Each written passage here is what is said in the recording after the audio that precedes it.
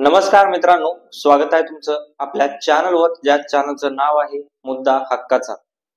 मित्रांनो, अजित पवारने 2-4 दिवसाखाली एक वक्तव्य केलं आणि त्या वक्तव्यामध्ये शेतकऱ्यांना लवकरात लवकर कर्ज भरून टाका अशी धमकी दिली आणि शेतकऱ्यांना या सरकारनं कशा प्रकारे शेतकऱ्याला फसवलेलं आहे हे आपण आजच्या या व्हिडिओमध्ये बघणार आहोत।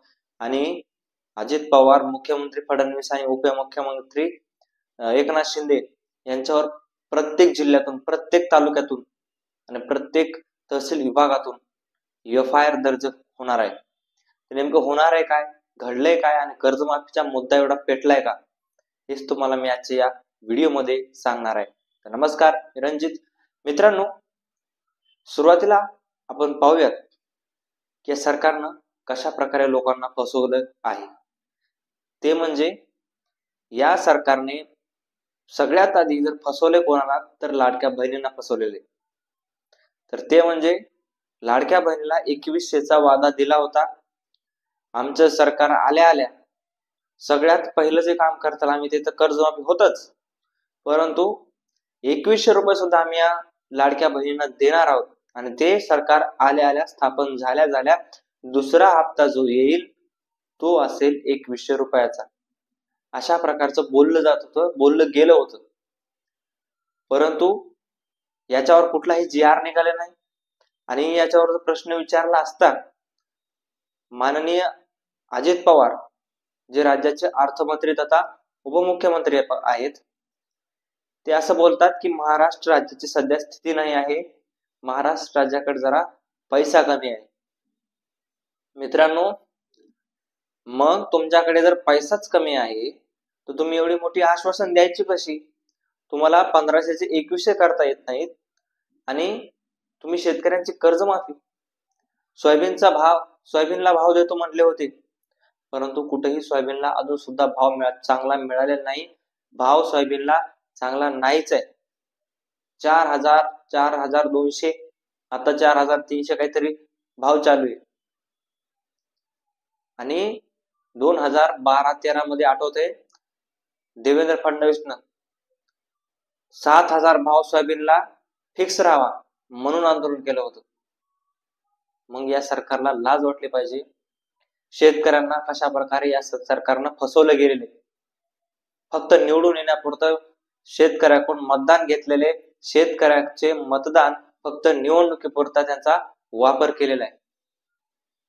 कारण जर कर्जमाफी यांच्याकडून होतच नसती तर यांनी द्यायची कशाला, आश्वासन बोलायचं कशाला, अशा प्रकारचा प्रश्न पडतो ना।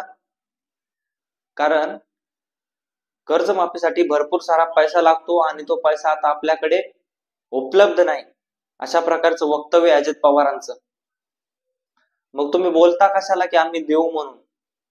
बिचारा शेतकरी आज आत्महत्या करतायत काही शेतकरी, फक्त ते कर्जमाफीमुळे। मी तर म्हणतो कर्जमाफीमुळे जे शेतकरी आत्महत्या करतायत, ज्यांनी आश्वासन दिले होते त्या आत्महत्या करणाऱ्या शेतकऱ्यांनी काहीतरी क्रांती करून जायला पाहिजे। त्यांना जायचंच आहे ना, मग जा ना एखादा काहीतरी करून। अशा प्रकारचा जर त्यांच्या मनात विचार आला तर नक्कीच क्रांती होऊ शकते। आणि मित्रांनो, फसवणुकीचा गुन्हा हा राज्याचे मुख्यमंत्री देवेंद्र फडणवीस, उपमुख्यमंत्री दोन्ही यांच्यावर झाला पाहिजे। कारण यांनी आश्वासन दिले होते की शेतकऱ्यांना कर्जमाफी देणार म्हणून। मग ते आश्वासन नेमकं कुठे आहे आता? ते आश्वासनला आता काय झोप लागली का? अशा प्रकारचा प्रश्न शेतकऱ्याकडून उपस्थित केला जातोय।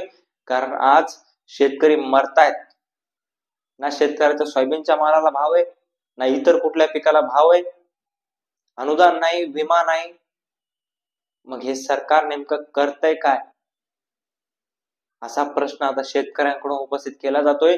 कर्जमाफीसाठी उपमुख्यमंत्री अजित पवार, उपमुख्यमंत्री एकनाथ शिंदे आणि देवेंद्र फडणवीस यांच्यावर प्रत्येक तहसीलमध्ये, प्रत्येक पोलीस स्टेशनमध्ये एफआयआर जर शेतकऱ्यांनी केला, फसवणुकीचा गुन्हा दाखल जर केला तर नक्कीच सरकारला जाग येऊ शकते। भले ते आज एक वर्ष एवढं होणार नाही, 5 महिने होणार नाही, 4 महिने होणार नाही, परंतु शेतकऱ्यांची पावर, शेतकऱ्यांना जर एखाद्यानं फसवलं एखाद्या सरकारनं, तर त्या शेतकऱ्याची पॉवर नेमकी काय असू शकते या लोकांना कळली पाहिजे. मित्रांनो, तुम्हाला काय वाटतं या कर्जमाफीच्या मुद्द्यावर?